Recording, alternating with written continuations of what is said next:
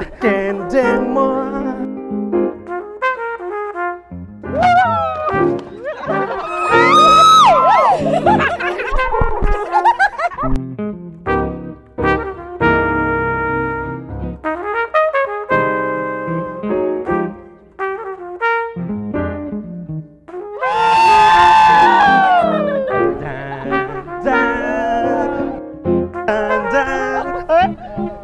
Ngayon, nagkakilala kami ng magiging asawa ko. Actually, parehas kami nasa Dubai. Parang ano kasi din, pagka wala kang ginagawa, social media, doon ko siya nakita. Tapos naging friends kami, hinanap ko siya. Hanggang sa naaya ko siya makipagkita sa akin dahil sa pagkain, kasi mahilig siya sa pagkain.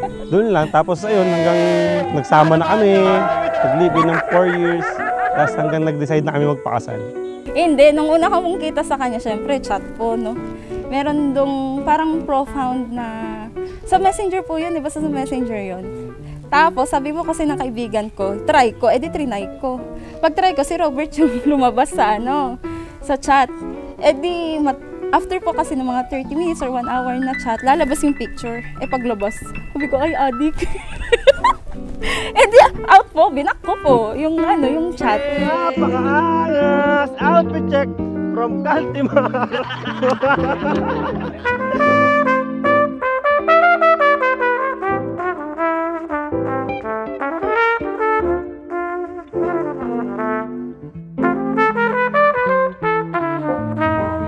See you later. Mamaya na yung I love you, kuya. Baka naman makilig siya pag pinanood niya to masyado. Baka umiyak na yun. Gutom na. Hindi ba kayo kakain? Napakas! Naalala mo yung okay na kayo? Uwi na. Ano pa?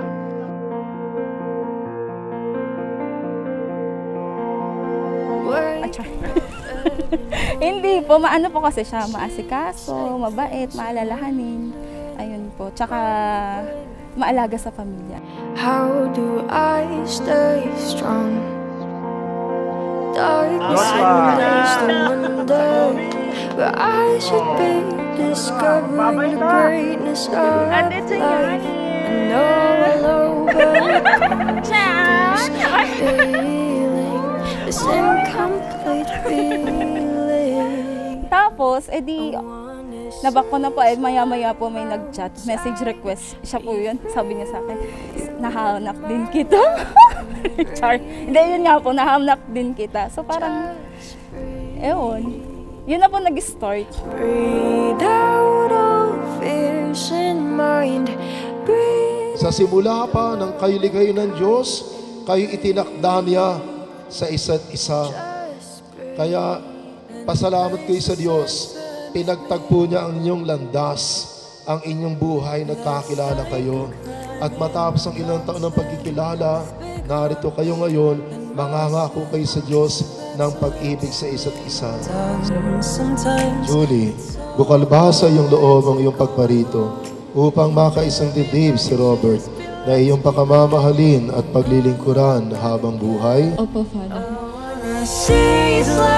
Outside, be free with you in my life and breathe, just breathe. Breathe out all fears in mind. Breathe into love and kind and breathe, just breathe and embrace the sunset with me.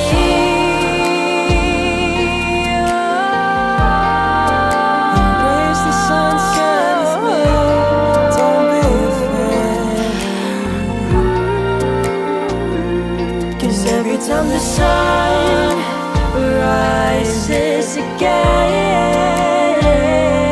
Don't be afraid.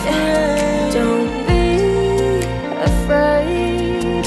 Ama, ina, maraming salamat sa pag-aasikaso, lalo sa kasal namin. Alam ko, pagod kayo, walang tulog, para lang may araw ang araw na to. Maraming salamat. Bawal ka! Iiyak na yun! Mahal na mahal ko to. Ay, paano kaya drone? Hindi mo na naman yan!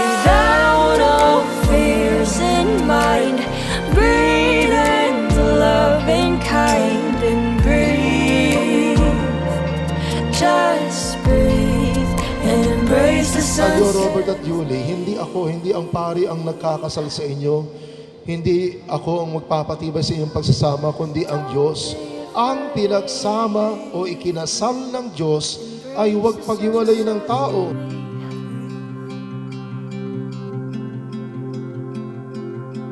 Babe, 4 years na tayo nagsama. Tapos ngayon, kakasal na tayo. Pinapangako ko sa'yo, pasasahin kita sa kada minuto ng buhay natin mag-asawa.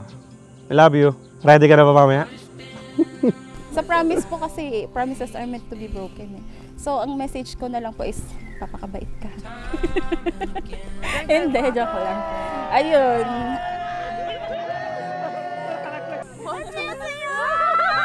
I'll try to be a submissive wife. Robert, bukal ba sa iyong loob ang iyong pagparito upang makaisang dibdib si Julie na iyong pakamamahalin at paglilingkuran habang buhay?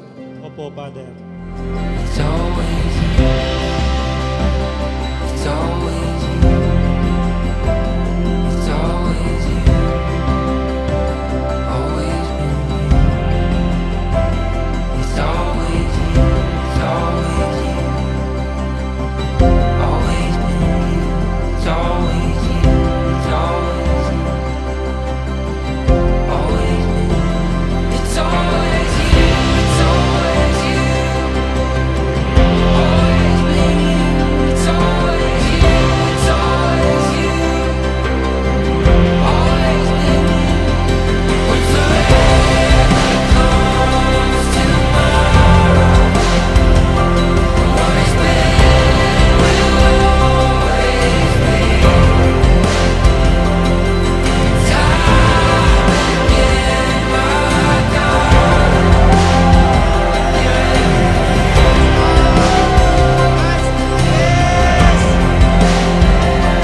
always you.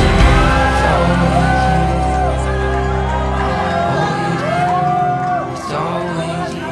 Doon kasi yan sa Bible na you have to be submissive to your husband. So, ayun. I'll try. Always been you. It's always you. It's always you. Always been